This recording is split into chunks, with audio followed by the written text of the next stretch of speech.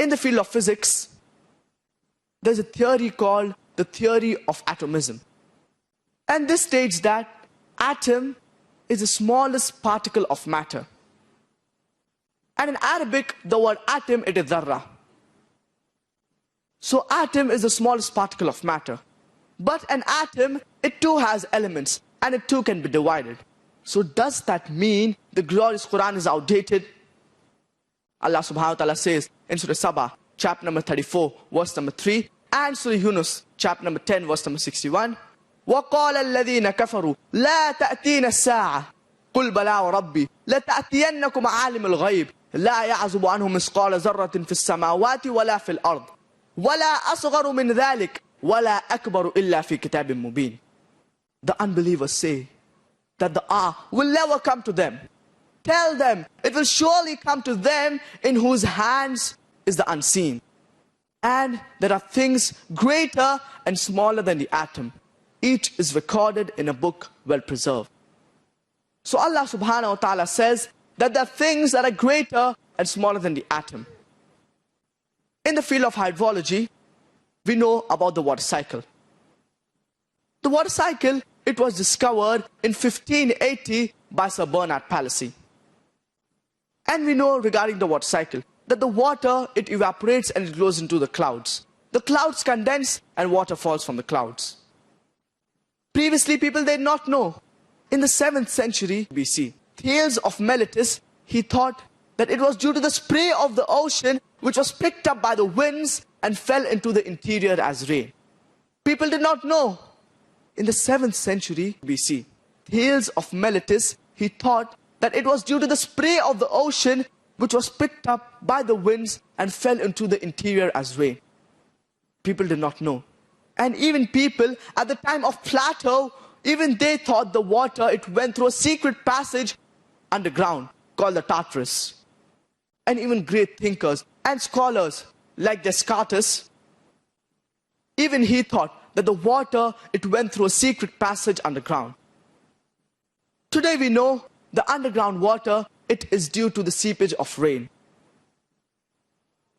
And Allah subhanahu wa ta'ala talks regarding the water cycle in great detail in several places.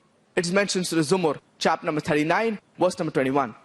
Alam tara anna Allah anzala minas sama'i ma'a. See it not that Allah subhanahu wa ta'ala sends down water from the skies, and He causes it to soak into the ground, and He brings sown seeds of various colors to grow. Allah subhanahu wa ta'ala says in Surah Rum, chapter number 30, verse number 24.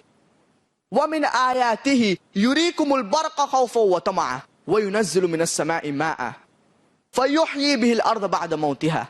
See it not that Allah subhanahu wa ta'ala sends down water from the skies, and He gives life to the earth after it is dead. Allah subhanahu wa ta'ala says in Surah Mu'minun, chapter number 23, verse number 18. It is we who send down water from the skies, and we can store it and drain it easily.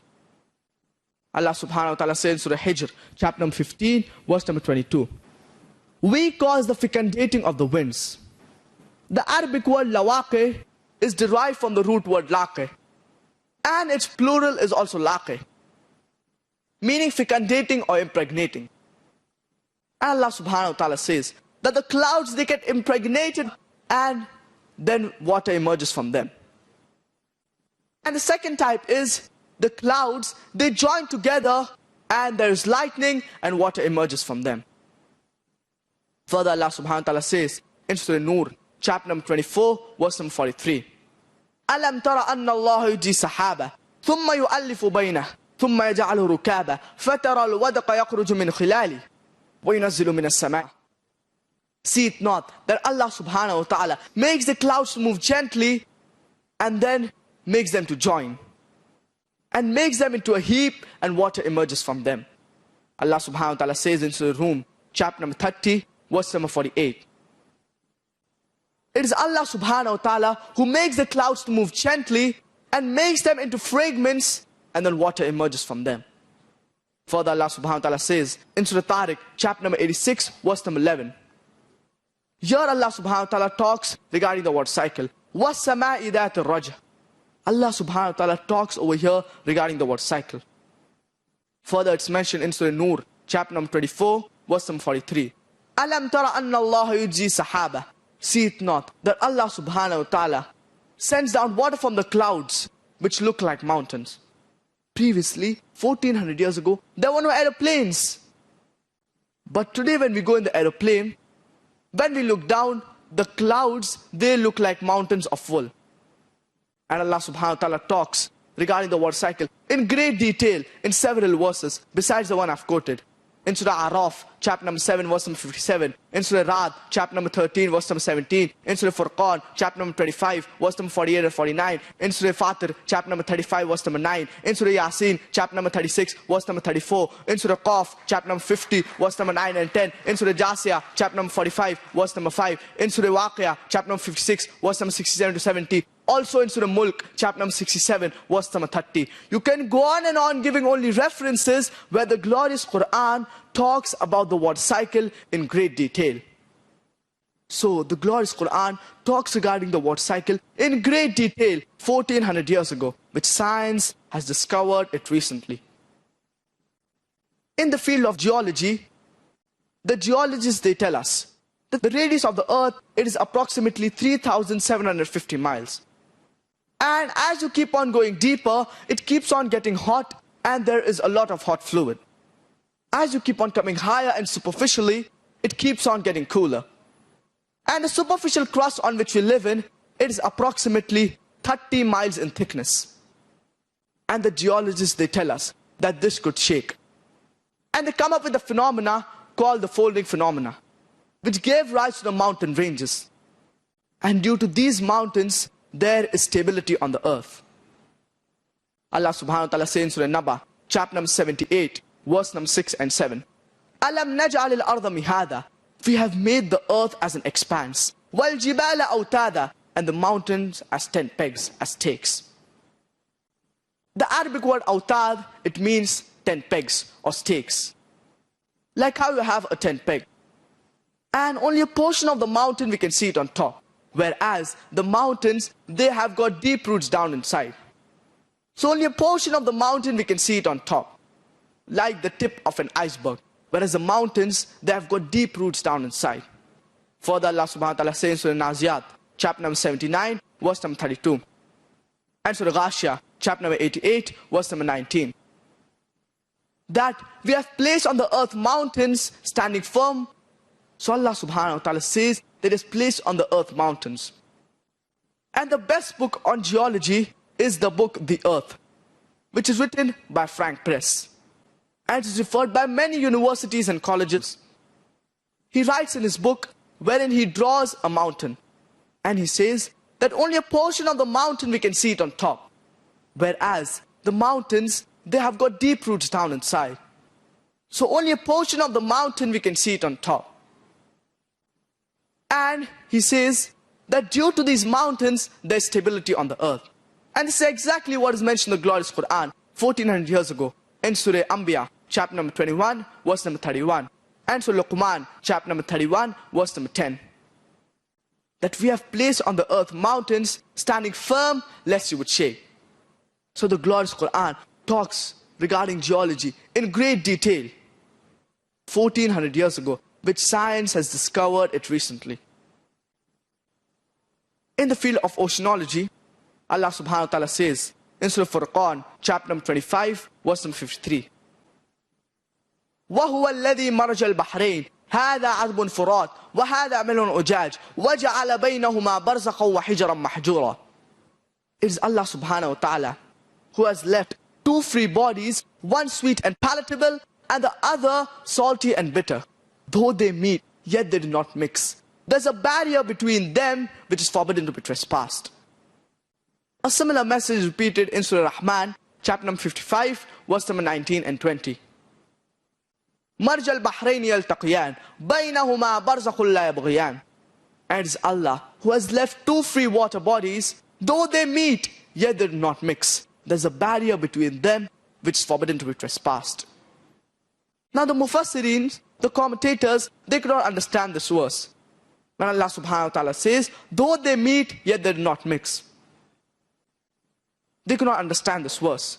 Today after science is advanced, we have come to know that when one type of water flows into another type of water, it loses its constituents and gets homogenized into the water it's flowing. This homogenizing place in Arabic, it is called as barzakh. And a very famous marine scientist by the name of Professor Hay, he talks about this barrier.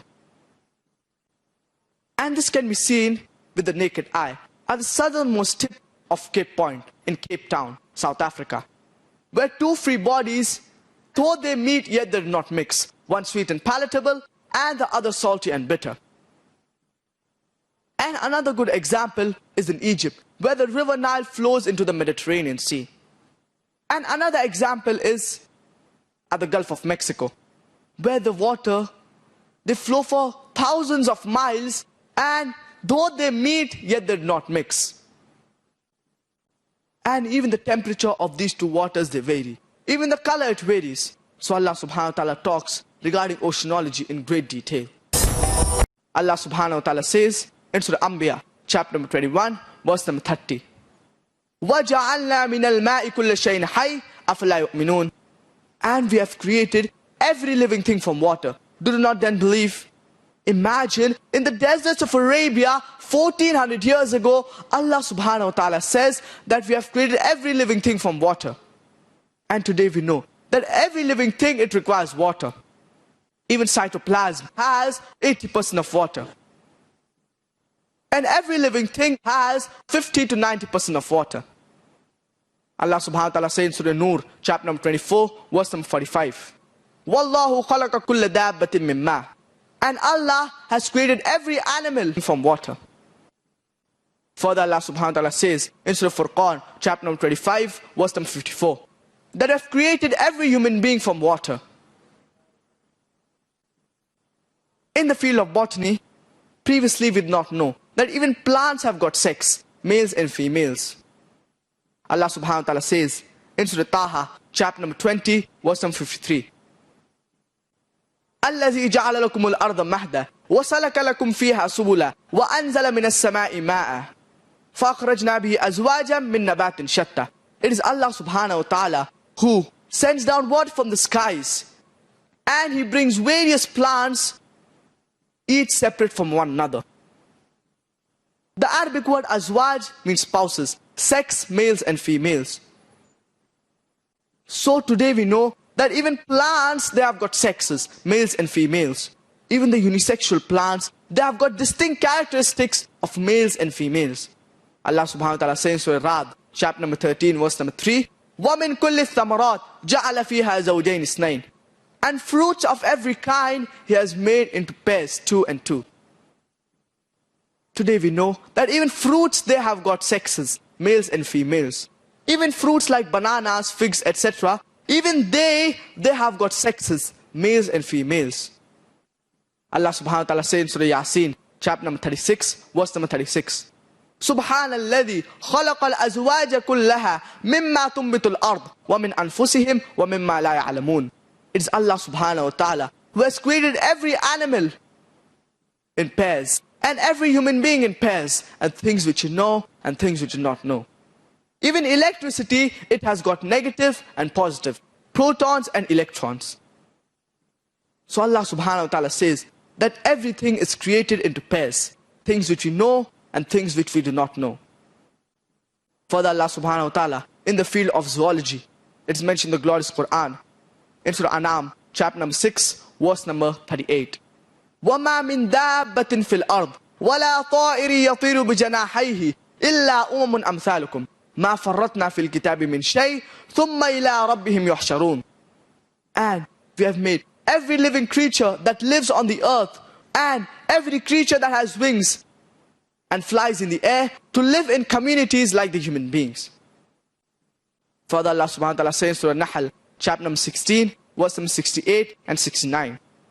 وَأَوْحَى رَبُّكَ إِلَى النَّحْلِ أَنِ اتَّخِذِ مِنَ الْجِبَالِ بُيُوتًا وَمِنَ الشَّجَرِ وَمِمَّا يَعْرِشُونَ ثُمَّ كُلِي مِنْ كُلِّ الثَّمَرَاتِ فَاسْلُكِي سُبُلَ رَبِّكِ ذُلُلًا. It is Allah subhanahu wa ta'ala who has taught bee to build its cells in human habitation and in trees, and to eat what the earth produces, and to find the spacious path of thy Lord with great skill. It was recently found fresh he discovered regarding the bees. And Allah subhanahu wa ta'ala says that it is Allah who has taught the bee to build its cells in trees and in human habitation, and to find the spacious path of thy Lord with great skill. And found fresh he discovered regarding the bee. And he said that when a bee finds a new flower or a garden, it tells its fellow bees the exact direction to collect the nectar by a process called the bee dance. This bee dance, in the glorious Quran, Allah subhanahu wa ta'ala says, to find the spacious path of thy Lord with great skill. Previously we thought that it was the male bee which is the worker bee. But it is not the male bee which is the worker bee, but it's the female bee which is the worker bee. And in Surah Nahl, chapter number 16, verse number 68 and 69, the words are Fasluki and Kuli, meaning a female bee. No wonder Shakespeare in his play Henry IV, he shows wherein people are talking among themselves. And the male bee, the worker bee, goes and reports to the king. But today, after science has advanced, we have come to know it is not the male bee which is the worker bee, but it's the female bee which is the worker bee. And they do not report to the king, but they report to the queen. Imagine, Allah subhanahu wa ta'ala talks about the gender of the bee 1400 years ago, which science has discovered it recently. Furthermore, Allah subhanahu wa ta'ala says in Surah Nahl, chapter number 27, verse number 17 and 18. When Solomon, with his army of jinn, men and animals, approached a lowly valley, one of the ants said, "O ye ants, get into your habitations before Solomon and his army trample you beneath the feet." Some people might think, what fairy tale book is the glorious Quran? The ants are talking among themselves. But today, after science has advanced, we have come to know that the animal or insect that is closest in resemblance to the human beings, it is the ant. The ants, they bury the dead, like how we human beings do it.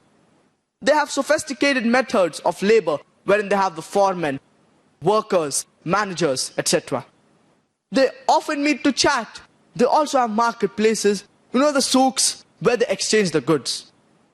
And during the rainy season, if the grains they get wet, they get it out in the sunlight for drying, as though they knew that humidity will cause the rotting of the grains. And if on the grain the bud starts to grow, they chop off the bud, as though they knew that budding will cause the rotting of the grains. Imagine, the glorious Quran talks about the lifestyle of the ant 1400 years ago, which science has discovered it recently. Further, Allah subhanahu wa ta'ala says in Surah Ankabut, chapter number 29, verse number 41. مَثَلُ الَّذِينَ اتَّخَذُوا مِن دُونِ اللَّهِ أَوْلِيَاءَ كَمَثَلِ الْعَنكَبُوتِ اتَّخَذَتْ بَيْتًا وَإِنَّ الْبُيُوتَ لَبَيْتُ الْعَنكَبُوتِ لَوْ كَانُوا يَعْلَمُونَ. Those who take protectors, anyone besides Allah subhanahu wa ta'ala, they are building for themselves houses like the house of a spider. For indeed, the house of a spider is flimsy. Allah subhanahu wa ta'ala says, مَثَلُ الَّذِينَ اتَّخَذُوا مِن دُونِ اللَّهِ أَوْلِيَاءَ. Those who take helpers, anyone besides Allah subhanahu wa ta'ala, they are building for themselves houses like the house of a spider. And besides saying this, Allah subhanahu wa ta'ala talks about the spider, about the house of a spider, that it is very flimsy. And today we know the relationship between the spiders, it is very bad. So Allah subhanahu wa ta'ala talks about the house of a spider, that it is very flimsy. In the field of physiology, it was 600 years after the glorious Quran was revealed, Ibn Nafis, he discovered regarding blood circulation. And 400 years after Ibn Nafis, 1000 years after the glorious Quran was revealed, William Harvey made it famous to the world. So in our textbooks we read, William Harvey, he discovered regarding the blood circulation. But actually, it is Ibn Nafis who discovered regarding the blood circulation. This is all media. So actually, it was Ibn Nafis who discovered regarding the blood circulation. And when we eat food, it goes through via the complex media, and it goes to the intestine. And as far as blood circulation and the production of milk is concerned, it is mentioned in the glorious Quran in a nutshell. When we eat food, it goes through via the complex media, very often through the liver. and through the intestines. And then it goes to all the organs of the body, including the mammary glands, for the production of milk. Allah subhanahu wa ta'ala says in the glorious Quran, 1400 years ago, in Surah Nahl, chapter number 16, verse number 66. وَإِنَّ لَكُمْ فِي الْأَنْعَامِ لَإِبْرَةً نُسْقِيكُم مِّمَّا فِي بُطُونِهِ مِن بَيْنِ الْفَرْثِ. In the cattle, there is an excellent example coming from between the conduction, between the intestine and the blood. We produce milk that is pure for you to drink. Allah subhanahu wa ta'ala says in Surah Mu'minun, chapter number 23, verse number 21. وَإِنَّ لَكُمْ فِي الْأَنْعَامِ لَإِبْرَةً نُسْقِيكُم مِّمَّا فِي بُطُونِهَا وَلَكُمْ فِيهَا مَنَافِعُ كَثِيرَةٌ وَمِنْهَا تَأْكُلُونَ. And the cattle, in that, there's an excellent example. We produce milk